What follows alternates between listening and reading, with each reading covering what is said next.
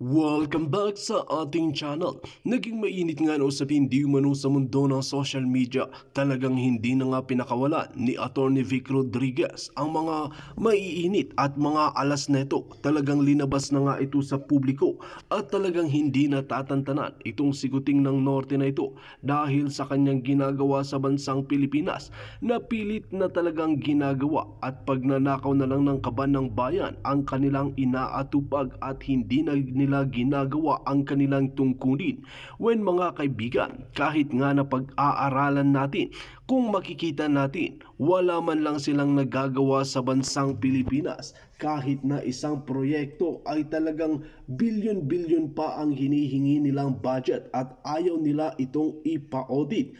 Kung pag-aaralan natin ay sinasabi nga rin ng maraming senador na talagang kulang at halos bilyon-bilyon ang kanilang kinukulimbat. Kung bilyon ang proyekto ay halos kalahati ang kanilang nakukuha. Dito nga natin makikita mga kaibigan na talagang mamumulubi ang bansang Pilipinas. Ngunit ang nakakalungkot na katotohanan ay marami pa rin nabibilog na ulo ang mga ito dahil nga sa kagagawa nila ay talagang patuloy pa rin ang pagnanakaw ng kaban ng bayan sa karumal-dumal na pamumuno ni Kuting ng Norte, lalong-lalo na't kasama pa nila si Lisa Smugs at Tambaloslos at nakikisama na rin ang iba pang senador na mga pulpolitiko. Well mga kaibigan, para nga sa karagdagang impormasyon, panoorin nga natin ang buong video. At kung bago ka pa lamang sa aking channel, huwag kalimutan i-click ang subscribe button at notification bell para lagi kang updated sa ating mga bagong video. At para sa sulit viewers natin dyan, maraming salamat sa walang sawang pagsuporta. Na napakarami raw na mga asukal na sa iba't ibang warehouses. Okay ka ko. Tinanong din ito ni Pangulong Marcos, bakit hindi natin palabasin? Kaya ako magkakaproblema sila pag linabas nila. And then he asked me why. Boss, because when they release it, ang press release nila may shortage. So maiipit sila. Pag bigla kang naglabas, either hoarding yan, economic sabotage, or pag linabas mo, smuggled yan. Either way, pananagot ka. Pwedeng i-seize ng gobyerno. Sabi ko, sige, hanapin natin. Nahanap eh. And I think ang nahanap doon, higit kumulang 300,000 metric tons din. Landed, nasa mga bodega. So, bakit tayo kinakailangan magparating ng 300,000 metric tons uli? Meron kang nakapark somewhere sa different warehouses. Kaya yun, hindi niya pinirmahan. Hindi dahil hindi kinakailangan. Ang sabi namin, we agreed. Ang usapan, find out exactly how much do we have to import. If it's just 100 metric tons, 100 metric tons. If it's 150, 150. But definitely, absolutely, this I'm certain of, not 300,000 metric tons. At yun na nga, nahuli. Ang daming nakuhang asukal. But, nung time nyo. Nung time nyo po. Issue na nga ng smuggling. May mga nakiusap na and so on and so forth. Bandang huli ang kwentuhan, akin daw, yung 300,000 metric tons na asukal. Kaya ako kung akin yan, bakit ko pinaghuli yung mga yan? True. Well, alam na siguro ng ating mga manonood kung bakit binagbintangan kayo. Actually, yung isa yan sa pinaka-kontrobersya, at least ngayon maliwanag na. Yung first time natin na interview, yung sa PPA na pag-usapan na rin natin ton. Attorney Vic, isa sa pinakamainit na issue ang NAIA privatization. Sang-ayon ba kayo? Hindi ko alam yung detalya, but wala akong nakikita if it has undergone competitive bidding, if it's a competitive bidding, at meron naman talagang pribadong nanalo. And from the surface, ang nakikita ko, pinakamaganda yung offer nung San Miguel Group kasi I think 82% ang share ng gobyerno. And it's high time that we fix our international airport. Dahil alam naman natin, yan ang ambassador, yan ang sasalubong sa mga turista. At kung ano ang initial impression nila, kung ano ang initial na makikita nila, yun na more or less would define yung kanilang impression for the rest of the duration of their stay in the country. So wala akong problema ron kung matagal lang dapat ayusin yan. Pero Attorney Vic, I think ang total na gagastusin dyan is 200 something billion. 200 something billion. So kanina pinag-usapan natin yung 700 billion na unprogrammed funds. So ang point ko bilang isang ordinaryong citizen, kung hindi sana nakawin itong 700 billion pesos na ito na unprogrammed funds at ilagay dito sa improvement ng ating NAIA, hindi natin kailangan pa ng mga private investors or i-privatize. Tama ba ako doon? Well, we have a point, Maharlika, but respectfully, ako ang pananaw ko naman, kung merong willing private concessionaire or investor na gustong magpasok ng pera doon, okay din. Pero hindi na nga hulugan na justified yung paglagay mo ng 700 billion pesos more or less doon sa unprogrammed accounts or budget. Hindi ba? Kasi kung nakatipid ka dahil merong nag-bid ng 200 million, gamitin mo pa rin yung 700 million, ibalik mo sa system. Huwag mo itago, huwag mo gawing pork barrel. Mga kababayan, yung 700 billion na unprogrammed funds, imagine na lang natin, hindi tayo ekspertong inhinyero, imagine na lang natin kung gaano kahabang kalsada yan kung hindi nila gagawin sariling pag-aari nila o parang pork barrel. And I just had a lengthy talk yesterday sa isang marunong talaga sa budget. Ang kanya, sabi niya, look, mukhang may pipirmahan ang pamahalaan na i-increase yung share ng mga members sa PhilHealth. Kako, bakit? Kinukulang na ba ang PhilHealth? At bakit magi-increase yung contribution ng mga members? Kasi pala, binawasan ng 40 billion pesos more or less yung pondong supposedly meant for PhilHealth. At ipinasok na naman doon sa 700 billion unprogrammed funds. Ganito na kalala yung paglalapastangan nila sa saligang batas. Again, in the budget preparation, approval, and disbursement. This is not the way to do it. Kaya wag na ho kayong magulat kung bakit nagsasama-sama muli ang Pilipino upang itulak yung pagmamalabis ninyo. Yeah. Sobrang nakakalungkot talaga ang nangyayari sa ating bayan. Kaya nagpapasalamat tayo sa ating mga viewers right now. Sinasamahan tayo at talagang gising na gising rin sila. Attorney Vic, may mga nagbuwis ng buhay na ating mga sundalo. Ito lang, a few days ago, 6 fallen heroes from Lanao. Hindi natin nakita ang presidente doon. Hindi man lang dumalaw. Kung ikaw pa rin ang executive secretary niya, ano ma-advise mo sa Pangulo? You have to be with your troops. You have to listen to your troops. And we have to protect the armed forces from politics. We have to insulate them and strengthen the system of meritocracy. Yeah, sabi nga na nag-comment, Attorney Vic, kanina nabasa ko dyan na si Marcos Jr., pagdating dun sa Coldplay concert, nakuha niya mag-chopper at pinuntahan niya. Pero itong mga bayani na tinuturing natin, itong ating mga tagapagtanggol sa ating bayan na mga sundalo, deadma lang. Well, I hope he will surround himself with better advisors. Yung may puso para sa bansa, yung may puso para sa Pilipino, yung may puso para sa ating mga kasundaluhan at kapulisan. Actually, ang sakit sa dibdib, Every day na nakikita mo ganito, nilalapastangan ng batas, nilalapastangan ng ang ating kinabukasan ng mga kabataan.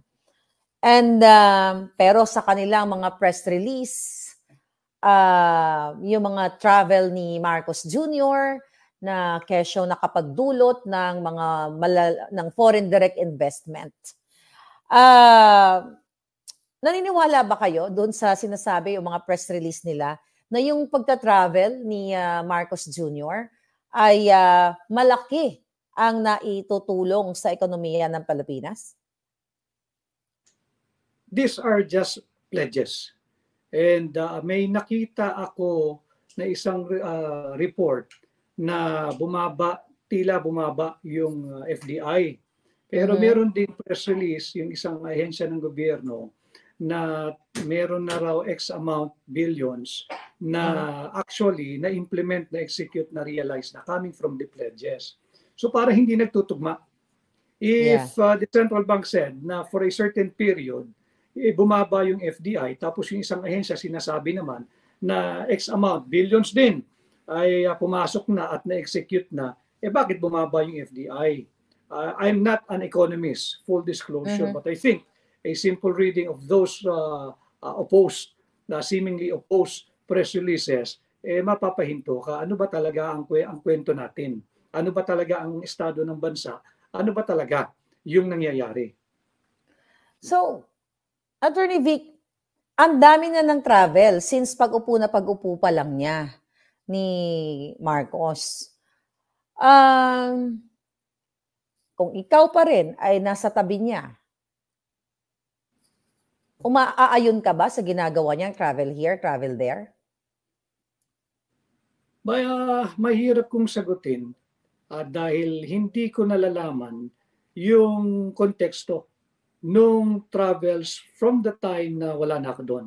Hindi ko alam kung ano yung justification, sino inviting party, sino etc. etc. But yun nga, kung ano man yung justification, valid or a little valid or not so valid, ang nagiging perception nga ng tao, linalamon dahil sa ginagawa. Kung may mabuti mang perception ang sambayan ng Pilipino, linalamon nung higit na malaking pagkakamaling ginagawa nila, katulad ng mabalik tayo, paglapastangan sa saligang batas. This is the very soul of our nation. This is the very soul of the Filipino people. So kahit ano pang kwento mo na maganda ito, may investment dito, meron na nga tayong trust issue eh. Hindi na nga kami naniniwala at nagtitiwala na economic provision. Bakit ba ang hirap-hirap ninyong pakinggan? Kaming mga Pilipino. Kami ang soberanya. The sovereign Filipino people, sinasabi na nga namin enough. Tama na, sobra na. Itigil nyo na yung paglalapastangan sa ating saligang batas. Itigil nyo na. Yung walang pakundangan ninyong panggagahasa at paglulustay sa pera ng bansa. Itigil na nyo yan. At pakinggan nyo naman ang taong bayan dahil taong bayan ang nagluklok sa inyo riyan. Hindi yung mga ilang taong nakapaligid lang sa inyo. Balikan ko po yung hearing doon sa tinatawag ko na Pwersahang Initiative o pambubudol nga sa atin, Doon sa hearing kung saan ang chairperson si Senator Amy, nakita ng taong bayan kung gaano po kasinungaling yung mga lawyers involved, nung nag-craft nitong People's Initiative nila or Pwersahang Initiative. So ako, as an ordinary citizen, sabi ko nga, kung ako ang nandoon ako nasa lugar ni Senator Amy, na lahat nagsisinungaling, iko-contempt ko silang lahat. Pero, nabanggit nyo rin kanina, hindi pa pangalanan kung sino yung donor nitong kanilang, doon sa kanilang ads. So, sa tingin mo ba, legally, nung time na yon na lahat sila nagsisinungaling, pwede na sila i-contempt lahat doon or kasuhan or whatever ang legal solution? Kitang-kita naman di ba? At ang dapat nagdidikta ng tempo ng isang pagdinig ay whether yung Kongreso o yung Senado o yung hukuman. At hindi yung kapritsyo ng resource person. Again, I cannot help but compare yung naikwento mong sitwasyon ni Pastor Kibuloy. At itutong na natin yung sitwasyon dati ni Dr. Lorraine Badoy at ni Celis, yung mga broadcaster din ng SMNI. Opo. Sinikinontempt eh. Magpapasko pa ito. Hindi ba? Yeah. At pagka yung medyo tila malapit sa kalan, hindi mo pwedeng makanti. But yung mga nandoon sa medyo, hindi lang medyo malayo sa kalan, malayo sa kusina, nabahing lang ikukulong mo. Di ba? Double standard yan. Discrimination yan at hindi nararapat sa batas yan. Iparehas lang nila, hindi naman magre-reklamong taong bayan. Ayun. Attorney Vic, ito, tanong ito ng kaibigan ko, ha. Tungkol po ito sa pulburon. Although natanong ko na to sa inyo, pero ito yung katanungan niya. Noon daw po bang nagpa-drug test si Marcos Jr., present daw po ba kayo? No, I was not. Okay. Because the situation prevailing then, I'm not justifying, just a brief background. The situation then, I think it was still yung lockdown. And ang movement ng tao pa isa-isa. Okay. So, hindi talaga pwedeng, puntahan natin, sama-sama, etc. Because I remember, even when I served the results in 3 agencies, pag-isa lang din ako dahil bawal pumasok. Okay. So, what hindi nyo na-witness? So, hindi wala akong na... Okay. Malinaw yan sa ating mga kababayan. So, ang nakita nyo na lang is result, right? Tama. So, at this point in time, hindi pa rin po tinitake seriously ng presidente ang challenge ng taong bayan na magpa-pulburon test siya. So, bago ko mag-move on sa susunod kong katanungan sa inyo, again, kailangan talaga natin siyang kulitin para magpa-test? Balikan ko yung sagot ko sa iyo, Maharlika. Kung ako inakusahan ng kusino man, and readily, I will submit myself to anything. And especially if you're the highest leader of the land. Because mahirap mag-govern pagka pinagdududahan ang iyong integrity. Regardless of who is the president, I'm speaking objectively na sa Filipino. Kahit siguro sa ibang bansa nangyari ito, mahihirapan magpatuloy mag-govern hanggat may mga hanging questions at serious imputation or allegation hurled. Itong masakit nung katatapos lang na naglingkod ng Pangulo na sinundan mo. So mahirap di ba? And then hindi pa tinitigil yung charter change na peke naman. Hindi tinitigil yung pagkalikot sa pondo ng 2024 na nasa 700 billion. And now maybe people, especially those who crafted this, are laughing at me, at you, at us, because maybe our figures are inaccurate, 700 billion, baka 600 lang, baka 800 billion. Precisely our point. Because tinatago ninyo sa amin. Kaya kami, yung ibang kaibigan namin, nag-extrapolate na lang. Yung iba naman, based on kanilang mga informante na nakakalat sa kung saan, na nandiyan yung 700 billion. But, whether it's 1 billion or 700 billion, that's downright corruption. That is unconstitutional. Yung hearing din sa Senado, merong lumabas na, again, feel free to correct me on the figures, 26, 27 billion na sinasabing akap. 26 billion na hindi naman pala kasama doon sa pinirmahan ng mga senador, pero yung final form ng budget ay naroroon ang masaklap na pirmahan o pinirmahan. At ngayon na nga ay isang ganap na batas.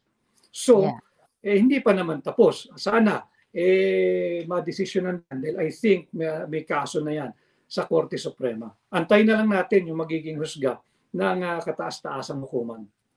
Ayan. So, we're almost 1 hour, Attorney Vic, for sure. Excited na rin kayo dyan sa ating hakbang ng maisog, Cebu Rally.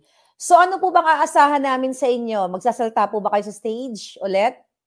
Hindi ko nalalaman talaga kung ano yung flow ng program. At ako ay naririto again bilang isang Pilipino at pareho ang aming isinusulong at nagkakasundo kami ni Pangulong Duterte na dapat itigil itong paglapastangan sa saligang batas. We have to defend and protect our Constitution. We should not allow them na sa kanilang kapritsyo lalapastanganin ang ating saligang batas at tila wala nang planong bumaba sa kapangyarihan. Ang akin lamang pakiusap sa ating mga kababayan, hindi po ito political rally. Ito po ay prayer rally at dapat nga po tayo ay magbuklod-buklod dahil ang nakataya dito ay ating saligang batas. Hindi pa po eleksyon, darating yung panahon na magkakaroon tayo ng kanya-kanyang partido na susuportahan, kanya-kanyang kandidato mapupusuan o makukursunadahan. Pero ngayon po, ito po ay usapin ng saligang batas. Dapat po tayo magsama-sama dito. Let us defend and protect the Constitution regardless of your political race, creed, belief, or color. For as long as you are a Filipino and that you are not for sale, then magsama-sama tayo. Yeah. So, alam ko, Attorney Vic, talagang, for sure, nagsisimula na raw, nagla-live na sa SMNI. Panghuli na lang po, ano yung gusto mo i-mensahe sa amin, sa mga nanonood, na tumatangis everyday sa nakikita na kabulastugan sa ating bayan? Paano natin i-reassure ang ating mga kababayan? May pag-asa pa ba? Basta't magsama-sama tayo, may pag-asa. At huwag tayong pasisindak. Huwag tayong matatakot. Kabaliktaran, dapat yung gumagawa ng masama, yung tiwali ang natatakot, hindi yung sambayanan na nagbabantay lamang ng kaban ng bansa at nagpoproteksyon at nagtatanggol at nagtataguyod sa saligang batas. Baliktad po, hayaan natin yung mga masasama, yung mga korap, ang magtago sa kanilang lungga. It's not the other way around. Let's not permit it. Let's not allow it. At yun nga, hakbang ng mga maisog. Yes. Attorney Vic, may pahabol lang na tanong. Nakakaramdam daw po ba kayo ng threat sa buhay nyo dahil ngayon ay talagang vocal na kayo at yung alignment ng inyong paniniwala ay nasa mga Duterte? Gawin ko, sindan ko yung sinasabi mo. Minsan lang tayo mabuhay. At lahat tayo mamamatay. True. Yung iba mamamatay sa sakit. Yung iba sa hindi magandang pamamaraan. Apo. Pero siguro, kung meron tayong magagawa para sa bansa, at tayo ng magiging balakid doon sa mga nagsusulong ng mga mali, meron naman tinatawag na Panginoon eh. Maharlika ulitin ko, I'm not a religious person, but I am a very, very prayerful man. And I regard someone as my God. At ako naniniwala, hanggat hindi niya pinagkakaloob, walang mangyayaring masama sa isang tao. True. Kaya wag mo tayong matakot mga Pilipino. Magsama-sama tayo and let us speak as one that we, the sovereign Filipino people, we are not for sale. Yes, we are not for sale dahil isa lang tayong beses mabuhay kaya dapat ibuhos na natin sa tunay na pagmamahal sa bayan. At wag po kayo matakot. Alright? So maraming salamat, Attorney Vic, muli sa part 3 natin. Enjoy po kayo dyan sa Cebu at mag-ingat po kayo at manonood kami. Tututo kami. Maraming salamat. Attorney Vic. Mag-iingat ka rin, Maharlika, napakaraming kwento na rin ang umaabot sa amin tungkol sa iyo. Mag-iingat ka rin dyan at mabuhay ka. Maraming salamat. Maraming salamat, Attorney Vic. Ayan. So mga palangga, narinig na ninyo ang part 2 ng Sabik kay Attorney Vic. So marami na naman tayong nalamang informasyon at actually mabigat sa dibdib ko yung mga pinag-uusapan namin actually, na yung lahat na nandiyan kayo kasi sobra na, tama na. Kaya dapat lang talagang tutukan natin ang nangyayari ngayon na Cebu Rally or hak ng mga maiisog. Dito nga natin makikita mga kaibigan ang karumal-dumal na ginagawa ng mag-asawang ito. Kaya naman talagang hindi nga tinatantanan ito ni Madam Maharlika na isiwalat ang katotohanan nang sa ganun ay matigil ang kanilang karumal-dumal na ginagawa sa bansang Pilipinas. Well mga kaibigan, kung kayo ang tatanungin sino ang inyong sosuportahan, si VP Sara Duterte or ang mga kuting na ito na nagsabwata na mangulimbat ng kaban ng bayan? Just comment below sa ating comment section at ating pag-uusapan.